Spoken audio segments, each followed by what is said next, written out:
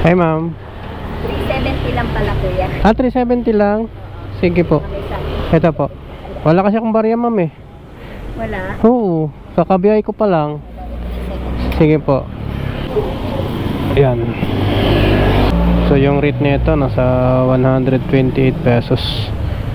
Malapit lang siya. So ayan mga boss, samahan nyo ulit si Buhay Kalsada Motovlog.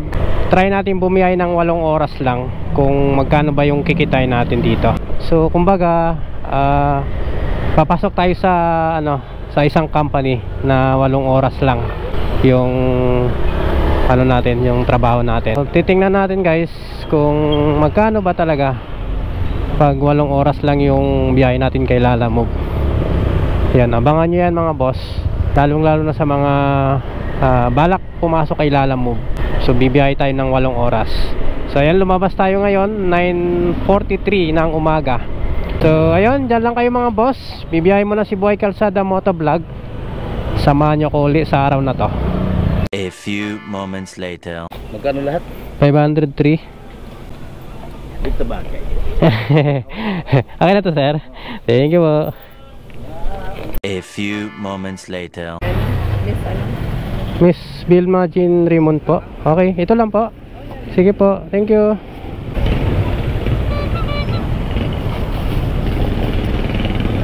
May pangalawang booking na tayo. Ito, na-pick up na natin. So, biyahing San Joaquin Pasig lang to mga boss. So, nasa 11 kilometers ang layo na ito. Nasa 98 pesos lang yung rate. So, medyo malayo-layo. Mula dito sa may sa may Greenland, dito sa may Cainta. So dito rin kasi malapit yung drop off natin kanina. Ayun. So yung goal pala natin ngayon mga boss, maka 7 to 8 bookings lang tayo dapat. So i-check natin mga boss kung magkano ba yung aabotin pag mga ganun lang, mga 7 to 8 bookings sa isang araw. Shoutout ka pala kay Sir Richard Banyaga at sa misis niya. Ayun. Ingat po tayo lagi boss sa mga biyahe mo kay Lalamove. A few moments later.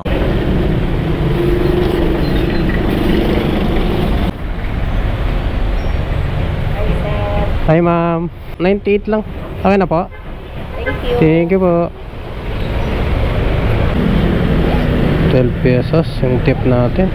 A few moments later. Ito lang sir. Okay.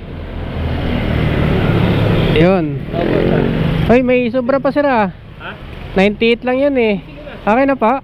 Thank you po. So ayan guys, may tip na naman tayo rito. 26 pesos yung tip natin dito. 94 pesos lang pala to yung rate nito. So binigyan tayo ni sir ng 120 pesos. Ayos. Pangatlong booking natin guys. So biyahing lang to, Pasig. So na-pick up natin yan dito sa may Almeida Street, dito sa may Pateros na. Nasa lang siya, 9 kilometers. A few moments later. Babayaran ko ba? Wala na sir, yung galing kay sir kay Sir Joel. Ito. Okay na po yan, binayaran niya na. Thank you. So yan guys, uwi muna tayo ng bahay. Balik tayo ng 1 PM. So kumita na tayo ng 256 pesos, tatlong booking. Ayan. So break time muna tayo. Kain-kain din pag may time. 1 hour later.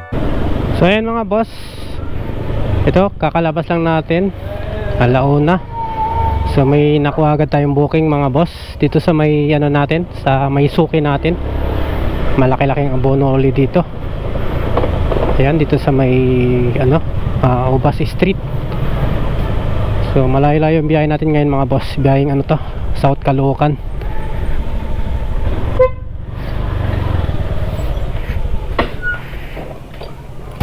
Magkano ang abono niyan, sir? 2,470.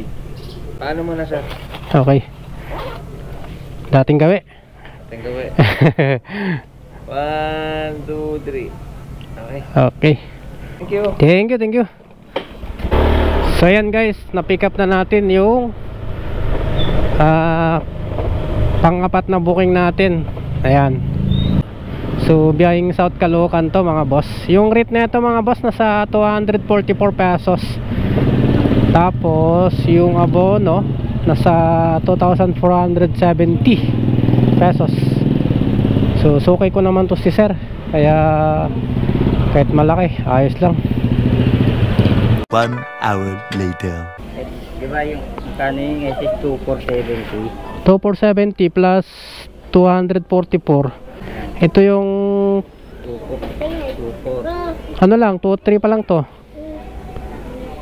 Tapos 70. Oh, bigyan mo na kita ng sukli para hindi tayo malito.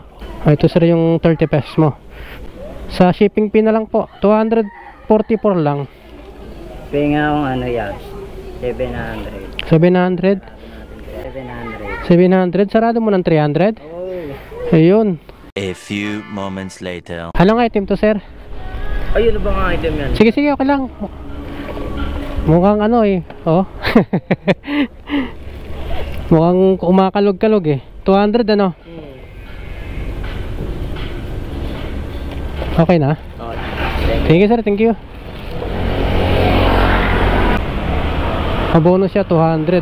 Tapos yung transport 297 pesos. Yun. So biyaheng ano yan, Pasig. So yan, bali pang 5 booking natin to mga boss. So hanap tayo ng kasabay dito mga boss. Maliit lang din yung dala natin. A few moments later. Ayun, nakakuha tayo ng kasabay.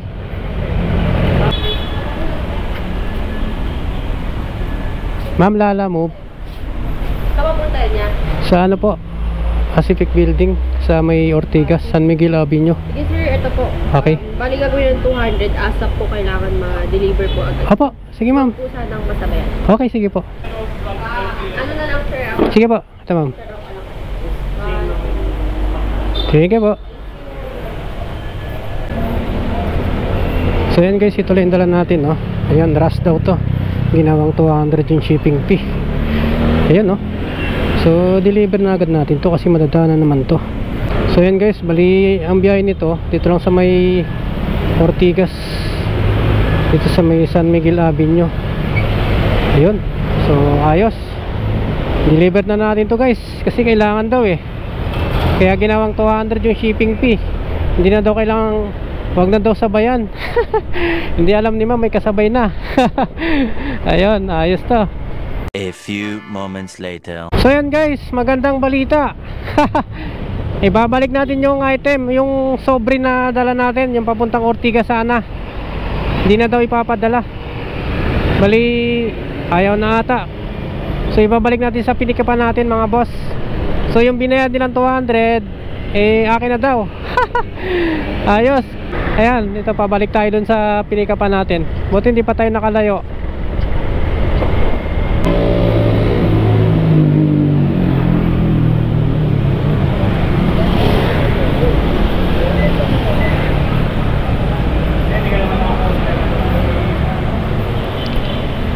Ma'am, ito na. Ano ma'am, yung 200, okay na yan? Okay na ba? Thank you po. Ayun. Kukomplete na lang natin to para magkabang ulit tayo ng next booking natin. Baka mapagkamalan tayo nilalamove na LD complete Yari tayo nito. Wala, no choice eh. Ayaw na ng customer ipadala eh. Kailangan naman i-hold natin to kasi mayroon na tayong isang booking. Diba? Complete na natin to. Tapos maghabang ulit tayo ng isang booking pa. 126 guys, binigay 200 pesos. Oh. Diba? Eh di panalo. Ang nangyari dito, LD complete naman. A few moments later. Ayan o, meron na ulit tayong booking dito. Swipe natin to, papuntang Pasig. Ayan o, nakuha uli natin guys. Ayan. So 126 uli yung transport na ito, parehas kanina. A few moments later. Ito lang po. Okay po, thank you. Ayun, sir, thank you.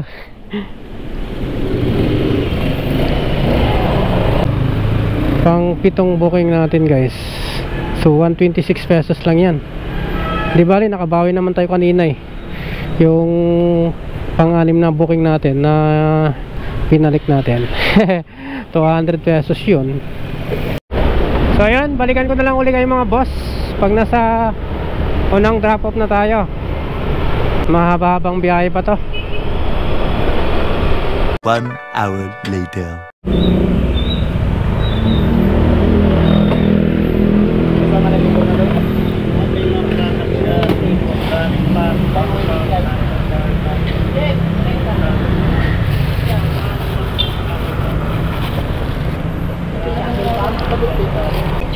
Pagkanto, 126.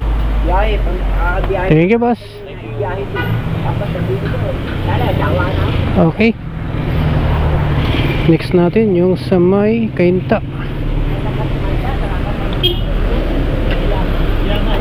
A few moments later. So yan guys, dito na tayo sa drop off natin. Panay text yung customer natin eh, kung nakakotse ba daw tayo. Lang yan na yan. Iniisip siguro sobrang tagal natin. Eh traffic dyan sa may EDSA eh, lalo Ortigas. Pag mga ganitong oras, traffic na yan. A few moments later.